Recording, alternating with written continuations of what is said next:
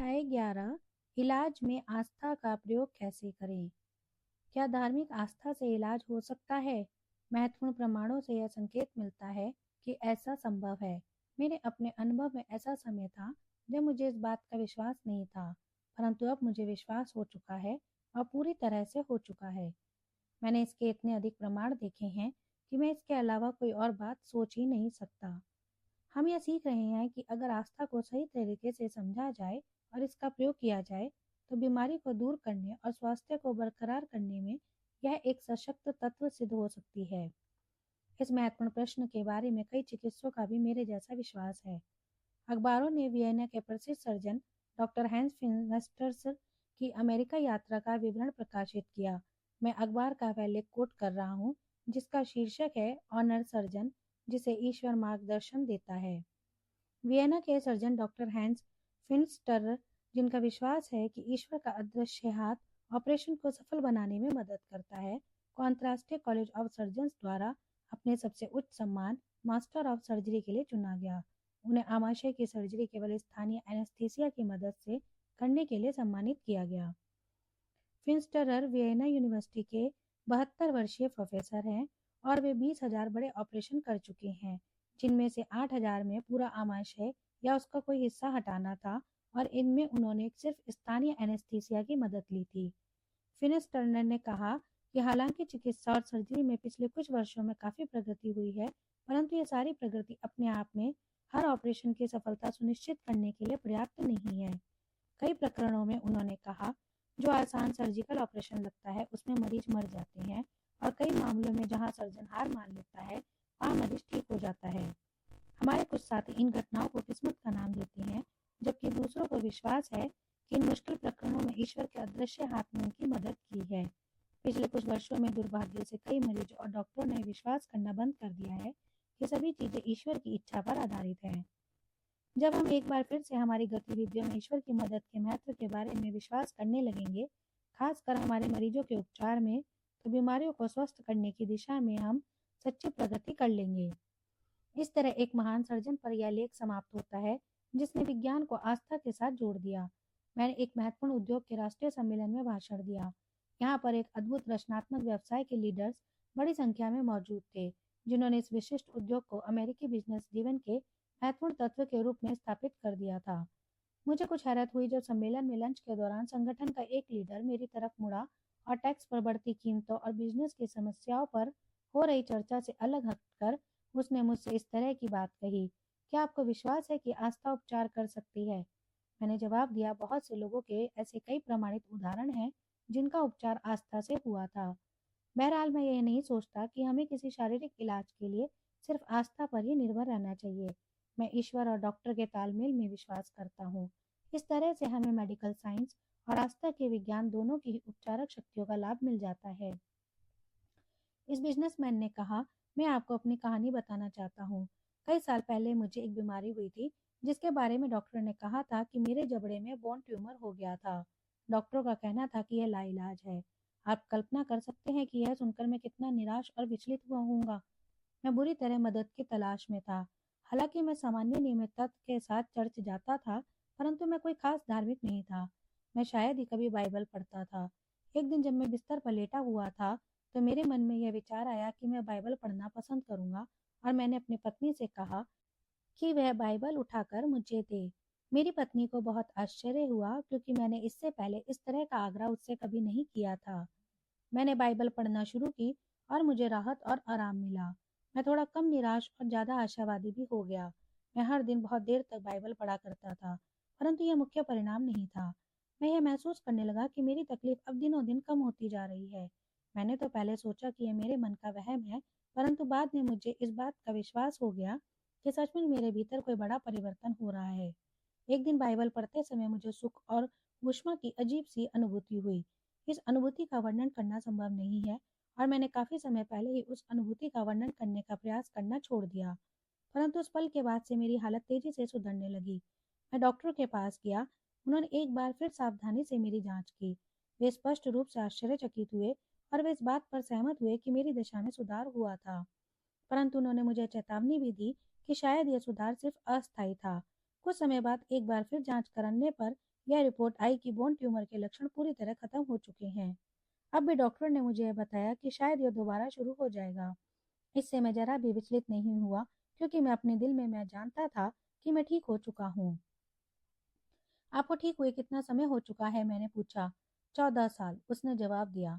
मैंने इस व्यक्ति को गौर से देखा। सशक्त, स्वस्थ और मजबूत दिखने वाला यह व्यक्ति अपने उद्योग के लीडर्स में से एक था। उसने यह घटना मुझे उसी तथ्यात्मक तरीके से सुनाई जिस तरह कोई बिजनेसमैन सुनाता है। इस व्यक्ति के मन में शंका का कोई चिन्ह नहीं था, और हो भी कैसे सकता था। जहां उसे मौत की सजा सुना दी गई थी, वहां अब वह जिंदा और स्वस्थ खड़ा हुआ था। यह किसने किया? डॉक्टर के इलाज और क्या था? स्पष्ट रूप से आस्था, जो उपचार करती है। इस सज्जन द्वारा बताया गया उपचार इसी तरह के कई उदाहरणों में से एक है, और उनमें से बहुतों को सुयोग्य मेडिकल संस्थाओं ने प्रमाणित किया है। ऐसा लगता है कि हमें लोगों को प्रोत्साहित करना चाहिए कि वे उपचार में आस्था की अद्भुत शक्ति का अधिक प्रयोग करना प्रारंभ करें। दुख की बात है कि आस्था में उपचारक तत्व को हमने भुला दिया है।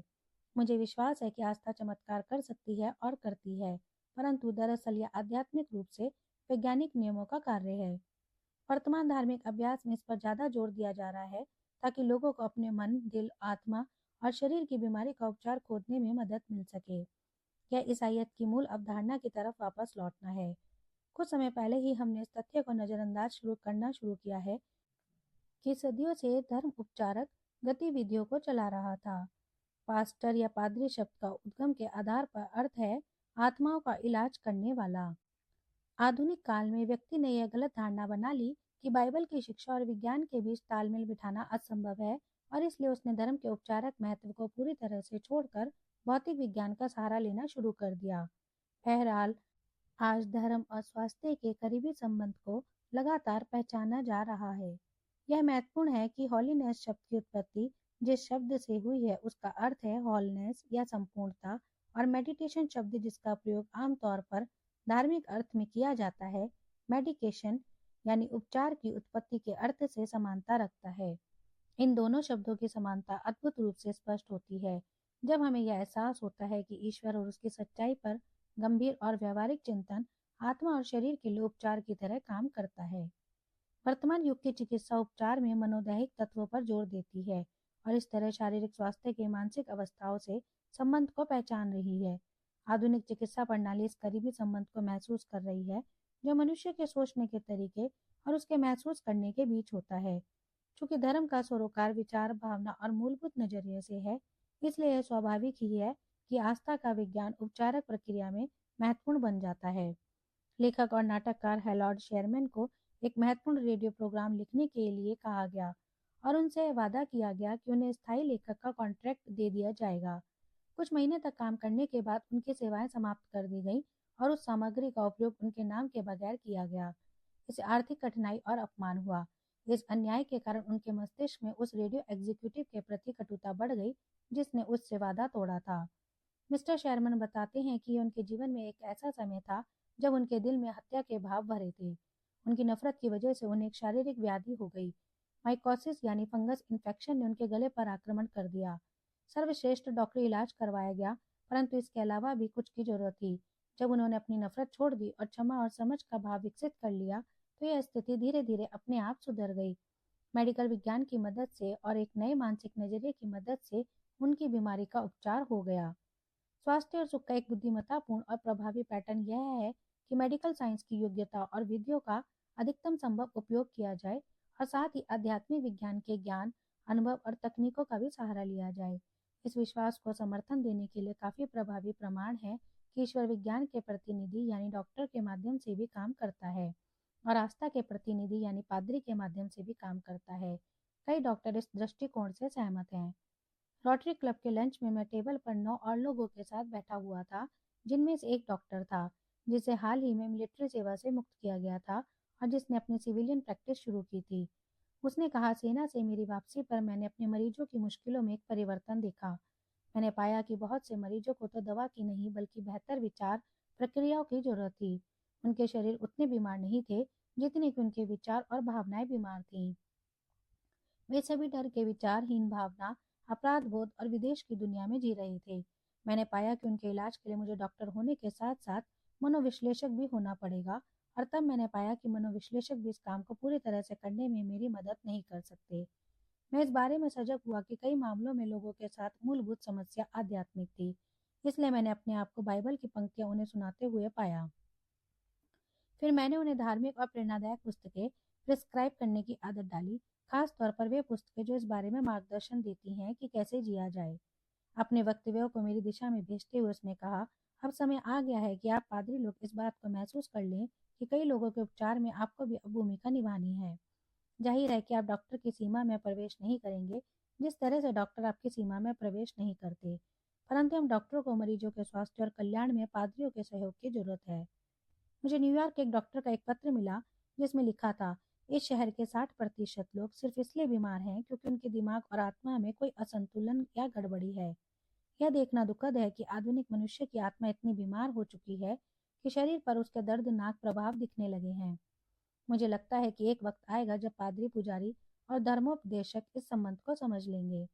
इस डॉक्टर ने उदारतापूर्वक मुझे बताया कि वह अपने इलाज में मेरी पुस्तक a guide to confident living और इसी तरह की अन्य पुस्तकों का भी इस्तेमाल करता था, और उसे इसके द्वारा उल्लेखनीय परिणाम हासिल हुए हैं।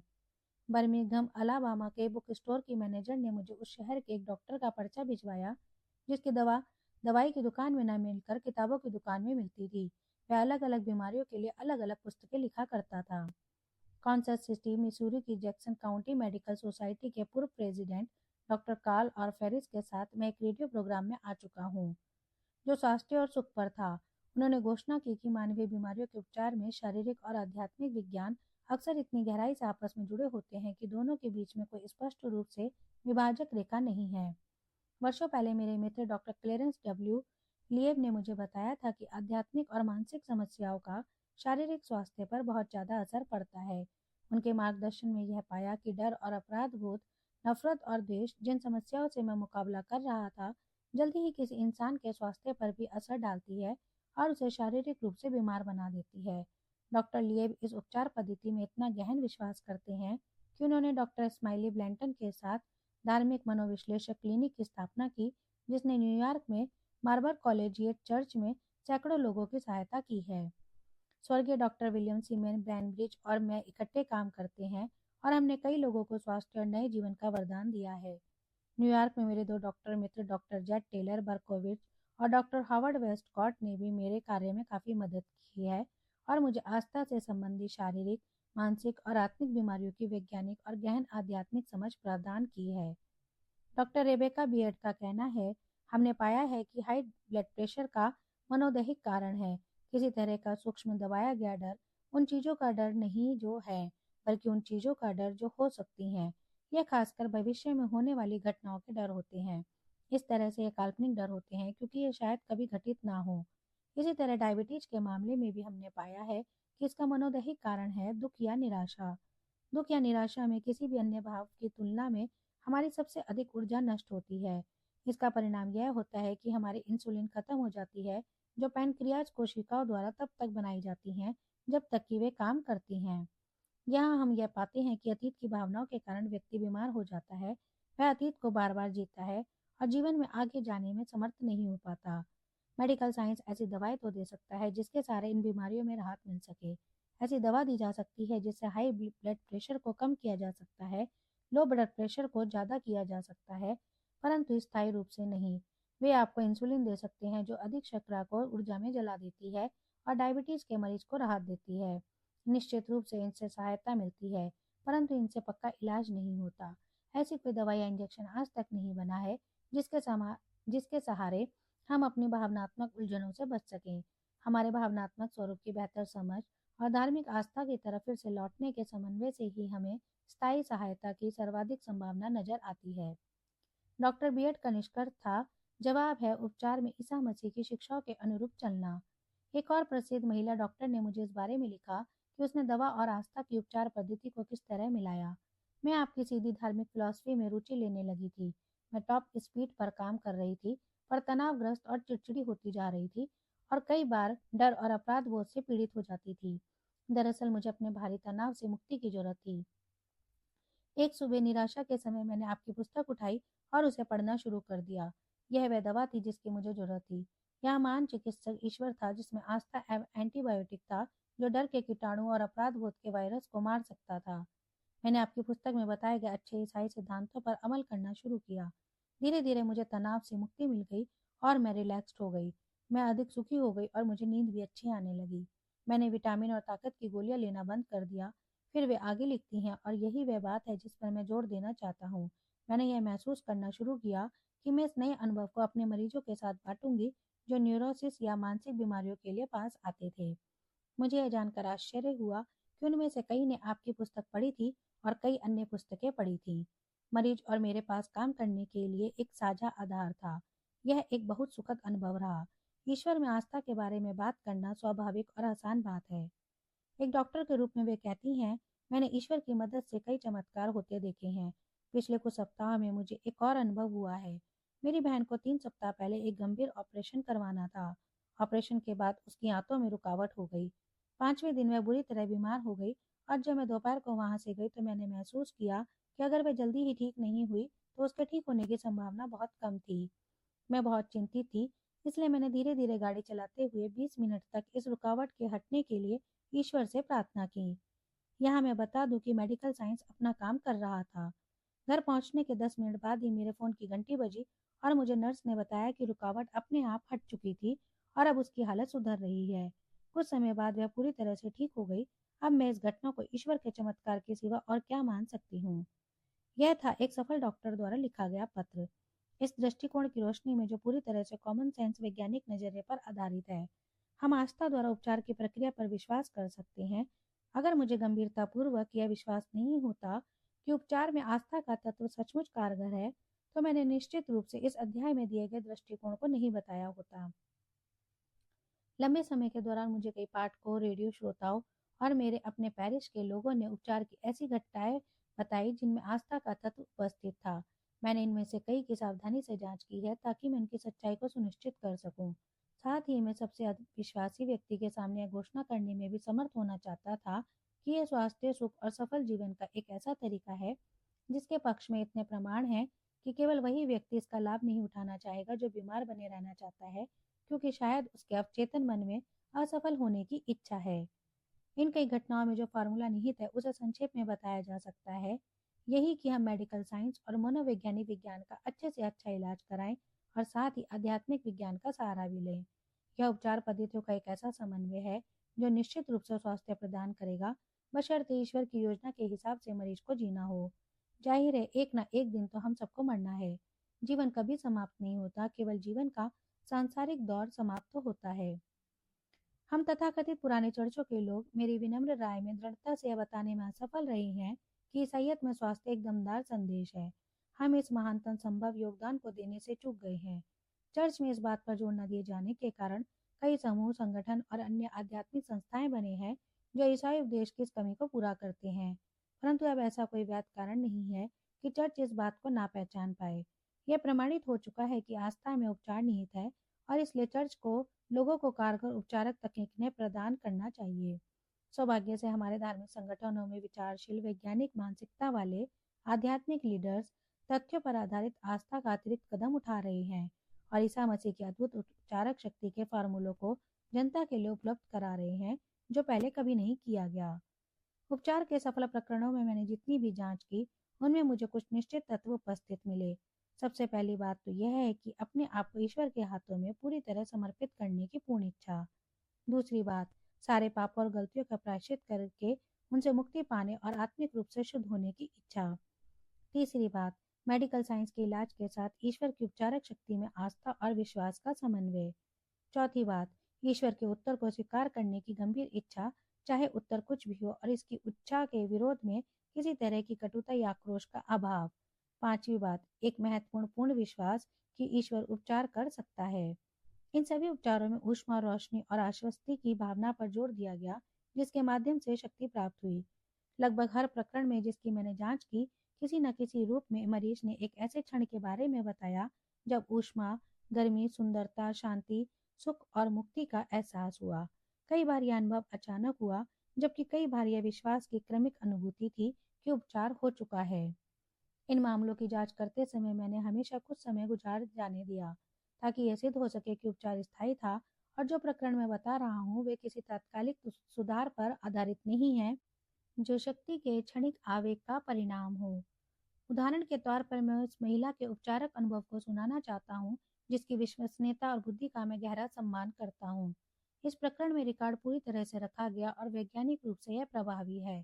इस महिला को बताया गया कि उसके शरीर में किसी बड़े हुए हिस्से में कैंसर हो गया है, इसलिए तत्काल ऑपरेशन करके उसे हटाना होगा।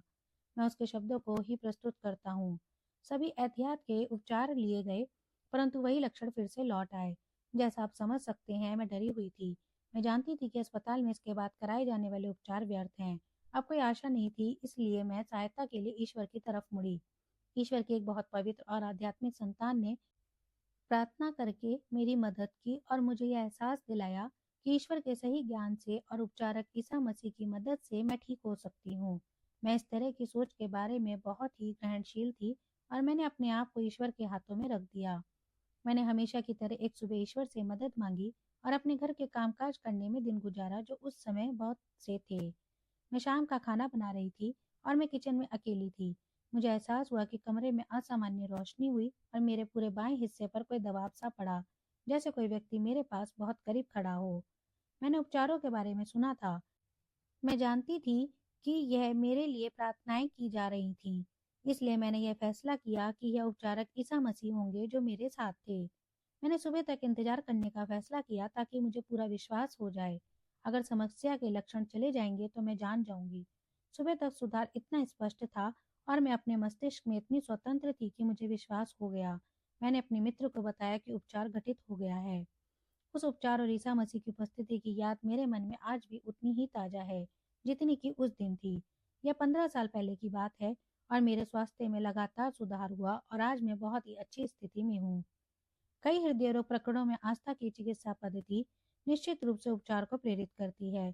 जिन लोगों को हार्ट अटैक होता है और जो इसके बाद अपने डॉक्टरों के नियमों पर चलने के साथ साथ ईसा मसीह की उपचारक शक्ति में पूरी तरह से आस्था का अभ्यास करते हैं, वे बताते हैं कि उनकी स्थिति में उल्लेखनीय सुधार हुए। शायद इस तरह के व्यक्ति को स्वास्थ्य की व्यवस्था भी हासिल हो सकती है जो हार्ट अटैक के पहले थी, क्योंकि अब वह अपनी सीमाएं जान चुका है और अब वह समझ चुका है कि वह अपने आप पर कितना अतिरिक्त तनाव डाल रहा है और इसलिए अब वह अपनी शक्ति को बचाकर रखता है। परंतु इससे अधिक उसने मानवीय कल्याण की महानतम तकनीकों में से एक को समझ लिया, ईश्वर की उपचारक शक्ति के सामने खुद को पूरी तरह समर्पित कर देना। ऐसा स्वयं को सचेतन रूप से रचनात्मक प्रक्रिया से जोड़कर और यह सोचकर किया जा सकता है कि यह पुनर्निर्माण करने वाली शक्तियां स्वयं के भीतर काम कर रही हैं। मरीज अपनी चेतना के द्वारा जीवंतता और पुनर्निर्माण की ऊर्जा की लहरों के लिए खोल देता है जो ब्रह्मांड में निहित है, जिन्हें तनाव, दबाव और कल्याण के नियमों से परे हो जाने की वजह से उसने अपने जीवन से दूर कर दिया था। एक प्रशंसनीय व्यक्ति को 35 साल पहले हार्ट अटैक आया था। उसे बताया गया था कि वह अब कभी दोबारा काम नहीं कर पाएगा। उसे आदेश दिए गए थे कि वह अपनी अधिकांश समय बिस्तर पर बिताए। उसके जीवन के बाकी दिन उसे मरीजों की तरह गुजारने थे और उसके दिन भी संख्या में कम थे, ऐसा उसे बताया गया था। इस बात में संदेह है कि वर्तमान मेडिकल प्रैक्टिस में उसे इस तरह की बातें कही जाती। बहरहाल उसने अपने भविष्य के बारे में डरावनी बातें सुनी और उन पर सावधानी पूर्वक विचार किया। एक सुबह वह जल्दी उठ गया और उसने अपनी बाइबल उठाई और संयोग से, क्या यह संयोग था, उसने जो पृष्ठ खोला वह ईसा के उपचारों में से एक का वर्णन है। उसने यह वक्तव्य पढ़ा, ईसा मसीह कल भी वही थे, आज भी वही हैं और हमेशा वही रहेंगे। उसे यह एहसास हुआ कि अगर ईसा मसीह बहुत पहले लोगों का उपचार कर सकते थे और उन्होंने ऐसा किया था, और अगर वे आज भी वही हैं जो पहले थे, तो वे आज उसका उपचार क्यों नहीं कर सकते? ईसा मसीह मेरा उपचार क्यों नहीं कर सकते? उसने पूछा। उसके अंदर आस्था का सोता फूट गया। इसलिए सहज विश्वास से उसने ईश्वर से प्रार्थना की कि वे उसे ठीक कर दें। उसने जीसस को यह कहते सुना, क्या तुम्हें विश्वास है कि मैं यह कर सकता हूँ? और उसका जवाब था, हाँ प्रभु, मुझे विश्वास है कि आप कर सकते हैं।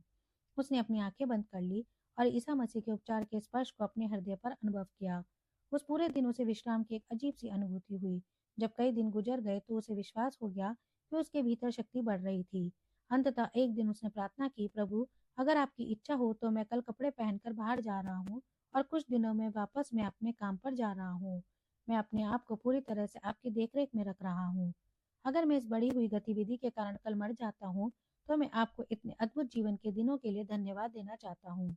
अगर आप मेरी मदद करें तो मैं कल शुरू करना चाहता हूँ और आप पूरे दिन मेरे साथ रहेंगे। मुझे विश्वास है कि मुझ में पर्याप्त शक्ति रहेगी, परंतु अगर मैं इस प्रयास की वजह से मर जाता हूँ तो मैं आपके साथ अनंत काल में रहूंगा और दोनों ही स्थितियों में परिणाम अच्छा होगा। जैसे जैसे दिन गुजरते गए उसने इस शांत आस्था के साथ अपनी गतिविधियां बढ़ा ली। उसने अपने सक्रिय करियर के पूरे कालखंड में इस फार्मूले का हर दिन पालन किया, जो उसके हार्ट अटैक की तिथि से 30 साल बाद तक चला। वह 75 साल की उम्र में रिटायर हुए। मैं बहुत कम लोगों को जानता हूँ जो अपने कार्यों में इतने उत्साही हों या जिन्होंने मानवीय कल्याण में उनसे अधिक योगदान दिया हो। बहरहाल उन्होंने हमेशा अपनी शारीरिक और नर्वस शक्ति को बचाकर रखा। उनकी आदत थी कि वे लंच के बाद लेट जाते थे और आराम करते थे, और वे कभी अपने आप को तनाव या दबाव में आने की अनुमति नहीं देते थे। वे जल्दी सो जाते थे और जल्दी उठ जाते थे, और वे हमेशा जीवन के अनुशासन और दृढ़ नियमों का पालन करते रहे। उनकी सभी गतिविधियों में चिंता, द्वेष और तनाव का अभाव था। वे कड़ी मेहनत करते थे, परंतु सहजता से करते थे। डॉक्टरों का कहना सही था। अगर उन्होंने अपने पुराने जीवन की विनाशकारी आदतों के अनुसार जीवन चालू रखा होता तो शायद वे बहुत समय पहले ही मर गए होते, या कम से कम बिस्तर पर मरीजों का जीवन जी रहे होते। उनके डॉक्टरों की सलाह ने उन्हें उस बिंदु पर ला दिया जहां ईसा मसीह की उपचारक शक्ति अपना काम कर सके। हार्ट अटैक के बिना वे उपचार के लिए मानसिक या आध्यात्मिक रूप से तैयार नहीं होते। मेरा एक और दोस्त है जो एक प्रसिद्ध बिजनेसमैन है। उसे भी हार्ट अटैक हुआ था। कई सप्ताह तक वह बिस्तर पर पड़ा रहा, परंतु कुछ समय बाद वह अपनी महत्वपूर्ण जिम्मेदारियों को एक बार फिर से संभालने लगा, जहां अब वह पहले जितना ही काम करता है, परंतु कुछ तनाव के साथ। उसे अपने भीतर एक नई शक्ति का एहसास होता है जिसकी अनुभूति उसे पहले कभी नहीं हुई थी। उसकी हालत में सुधार उसकी स्वास्थ्य समस्या को सुलझाने की निश्चित और वैज्ञानिक आध्यात्मिक पद्धति से हुआ था। उसके पास सुयोग्य डॉक्टर थे और उसने उनके निर्देशों का पूरी तरह से पालन किया, जो इन स्थितियों में एक महत्वपूर्ण तत्व है। डॉक्टर के उपचार के अलावा उसने एक आध्यात्मिक उपचारक फार्मूले का भी इस्तेमाल किया। उसने अस्पताल में इसका विवरण लिखा, जो इस प्रकार है। मेरा एक अंतरंग मित्र था जो केवल 25 वर्ष का था। उसे भी मेरे जैसा अटैक आया था और वह 4 घंटे के भीतर मर गया था। मेरे दो परिचितों के साथ भी पास के कमरों में यही हादसा हुआ था। मुझे लगा जैसे दुनिया में अभी मेरा काम पूरा नहीं हुआ है, इसलिए मैं उन कामों की तरफ लौट गया और मैंने वे काम किए जो मेरे सामने पड़े थे। मैं अधिक लंबा और अधिक समृद्ध जीवन जीने की उम्मीद कर रहा था, जो मैंने इस अनुभव के बिना नहीं किया होता। डॉक्टर अद्भुत थे, नर्सें सेवा भावी थीं और अस्पताल आदर्श था। इसके बाद वह अपने द्वारा आजमाई गई आध्यात्मिक उपचारक तकनीक बताता है। इस फार्मूले में 3 हिस्से हैं। एक, पहली अवस्था में जब पूर्ण विश्राम की जरूरत थी तो मैंने भजन की चेतावनी को याद किया, शांत रहो और जानो कि मैं ईश्वर हूँ। यानी कि उसने पूरी तरह विश्राम किया और ईश्वर के हाथों में आराम किया। दो, जब दिन अधिक उजले हुए हों तो मैंने इस वाक्य का प्रयोग किया, ईश्वर की राह देखो, साहस रखो और वह तुम्हारे हृदय को शक्ति प्रदान करेगा। मरीज ने उसके दिल को ईश्वर की देखरेख में रखा और ईश्वर ने अपने उपचारक हाथ को उसके हृदय पर रखकर उसे नवीन कर दिया। 3, अंततः जब मेरी शक्ति लौट आई तो मैंने आश्वस्ति और आत्मविश्वास की नई भावना का अनुभव किया, जिसे मैंने इस वाक्य में अभिव्यक्ति दी। मैं ईसा मसीह की मदद से सारे काम कर सकता हूँ, क्योंकि वही मुझे शक्ति देते हैं। इसमें उसने सकारात्मक रूप से यह दृढ़ विश्वास जताया कि उसे शक्ति प्रदान कर दी गई थी और इस प्रक्रिया में उसे नई शक्ति हासिल हुई है। इस 3 बिंदु के फार्मूले से इस व्यक्ति का उपचार हो गया। उसके डॉक्टरों की कुशल देखरेख ने उसके शरीर की उपचारक शक्तियों को प्रेरित किया। इसी तरह आस्था के बुद्धिमत्तापूर्ण प्रयोग ने उसके अंदर की आध्यात्मिक शक्तियों को प्रेरित करके उसके इलाज को पूर्ण किया। यह दो चिकित्सा पद्धति इकट्ठी होकर हमारे जीवन की दो महान शक्तियों का प्रयोग करके पुनर्जीवन देती है। एक इंसान के शरीर की उपचारक शक्ति का प्रयोग करती है और दूसरी मस्तिष्क के भीतर की उपचारक शक्ति का प्रयोग करती है। एक डॉक्टरी इलाज से काम करती है और दूसरी आस्था के इलाज से, और ईश्वर दोनों ही क्षेत्रों में इनका स्वामी होता है। उसने शरीर भी बनाया है, मस्तिष्क भी, और उसने दोनों के ही स्वास्थ्य संबंधी नियम बनाए हैं। उसमें हम जीते हैं और चलते हैं और उसी में हमारा अस्तित्व है। बीमारी को रोकने और मस्तिष्क और शरीर के उपचार में उस शक्ति को बाहर निकालना ना भूले जो आपके पास उपलब्ध महानतम क्षमताओं में से एक है, आस्था जो उपचार करती है। इस अध्याय में दिए गए सिद्धांतों की रोशनी में जब आप या आपका कोई प्रियजन बीमार हो तो आप किस तरह का रचनात्मक कार्य कर सकते हैं। नीचे 8 प्रैक्टिकल सुझाव दिए गए हैं। एक, एक प्रसिद्ध मेडिकल कॉलेज के प्रमुख की सलाह माने, जिन्होंने कहा था, बीमारी में आप डॉक्टर के साथ अपने पादरी को भी बुला लें। दूसरे शब्दों में यह विश्वास करें कि इलाज में मेडिकल साइंस के अलावा धार्मिक शक्तियां भी महत्वपूर्ण होती हैं। 2, डॉक्टर के लिए प्रार्थना करें। आपको यह पता होना चाहिए कि ईश्वर अपनी उपचारक शक्तियों का प्रयोग प्रशिक्षित इंसानों के माध्यम से करता है। जैसे एक डॉक्टर ने कहा था, हम मरीज का इलाज करते हैं, ईश्वर उसे ठीक करता है। इसलिए डॉक्टर के लिए प्रार्थना करें कि वह ईश्वर की उपचारक शक्तियों का माध्यम बन जाएं। 3. आप जो भी करें, आप घबराएं या डरे नहीं। अगर आप डर जाएंगे तो आप अपने प्रियजन की दिशा में नकारात्मक या विंध्यात्मक विचार प्रेषित करेंगे, जबकि उसे सकारात्मक और उपचार के विचारों की आवश्यकता है। 4. याद रखें कि ईश्वर कोई भी काम बिना नियम के नहीं करता। यह भी याद रखें कि हमारे तुच्छ सांसारिक नियम उस महान शक्ति की आंशिक अभिव्यक्ति है जो इस ब्रह्मांड में प्रवाहित हो रही है। आध्यात्मिक नियम बीमारी पर भी लागू होते हैं। ईश्वर ने हर बीमारी के दो इलाज दिए हैं। पहला विज्ञान के प्राकृतिक नियमों द्वारा उपचार यानी डॉक्टरों या दवाओं का इलाज, और दूसरा आध्यात्मिक नियम द्वारा उपचार यानी आस्था द्वारा इलाज। 5. अपने प्रियजन को पूरी तरह ईश्वर के हाथ में छोड़ दें। अपनी आस्था से आप उसे देवी शक्ति के प्रवाह में रख दें। वहां पर चिकित्सा है, परंतु इसके प्रभावी होने के लिए मरीज को पूरी तरह से ईश्वर की इच्छा के हवाले करना होगा। इसे समझना मुश्किल है और इसे करना उतना ही कठिन है, परंतु यह एक तथ्य है कि अगर प्रियजन के जीने की प्रबल इच्छा के साथ उसे ईश्वर की इच्छा पर छोड़ने की भी प्रबल इच्छा हो तो उपचारक शक्तियां आश्चर्यजनक गति से सक्रिय हो जाती हैं। 6. यह भी महत्वपूर्ण है कि परिवार में सामंजस्य हो, यानी आध्यात्मिक सामंजस्य हो। याद रखें कि बाइबल में इस बात पर जोर दिया गया है, अगर धरती पर तुम में से दो लोग किसी भी वस्तु को सहमत होकर इकट्ठे मांगेंगे तो स्वर्ग में बैठे मेरे पिता उनकी इच्छा पूरी कर देंगे। यह स्पष्ट है कि सामंजस्य के अभाव और बीमारी में नजदीकी संबंध है। 7. अपने मस्तिष्क में एक ऐसी तस्वीर बनाएं जिसमें आपका प्रियजन स्वस्थ हो गया हो। उसके पूर्ण रूप से स्वस्थ होने की कल्पना करें। तस्वीर में उसे ईश्वर के प्रेम और अच्छाई से चमकता हुआ देखें। आपका चेतन मस्तिष्क बीमारी, यहाँ तक कि मृत्यु का भी सुझाव दे सकता है, परंतु आपके मस्तिष्क का 90% हिस्सा अवचेतन में है। स्वास्थ्य की तस्वीर को अवचेतन में डूब जाने दे और आपके मस्तिष्क का यह शक्तिशाली हिस्सा प्रचुर स्वास्थ्य ऊर्जा अपने आप भेजेगा। हम अवचेतन में जिस पर विश्वास करते हैं, हमें आमतौर पर वही मिलता है। जब तक आपकी आस्था आपके अवचेतन पर नियंत्रण नहीं करेगी, तब तक आपको कोई अच्छी चीज नहीं मिलेगी, क्योंकि अवचेतन सिर्फ वही वापस देता है जो आपका असली विचार होता है। अगर असली विचार नकारात्मक है तो परिणाम भी नकारात्मक होंगे। अगर असली विचार सकारात्मक है तो आपको सकारात्मक और उपचार परिणाम मिलेंगे। 8. पूरी तरह सहज रहें। ईश्वर से अपने प्रियजन का उपचार करने की प्रार्थना करें। आप अपने दिल में यही चाहते हैं, इसलिए उससे प्रार्थना करें कि वह कृपया ऐसा कर दे। परंतु हमारा सुझाव है कि आप कृपया का प्रयोग सिर्फ एक बार करें। इसके बाद अपनी प्रार्थना में उसकी अच्छाई के लिए उसे धन्यवाद दें। इस तरह की प्रार्थना से गहरी आध्यात्मिक शक्ति को मुक्त होने में मदद मिलेगी और ईश्वर की प्रेम पूर्ण देखरेख की आश्वस्ति द्वारा खुशी भी मिलेगी। यह खुशी आपको संबल देगी, और याद रखें कि खुशी अपने आप में उपचार करने की शक्ति रखती है।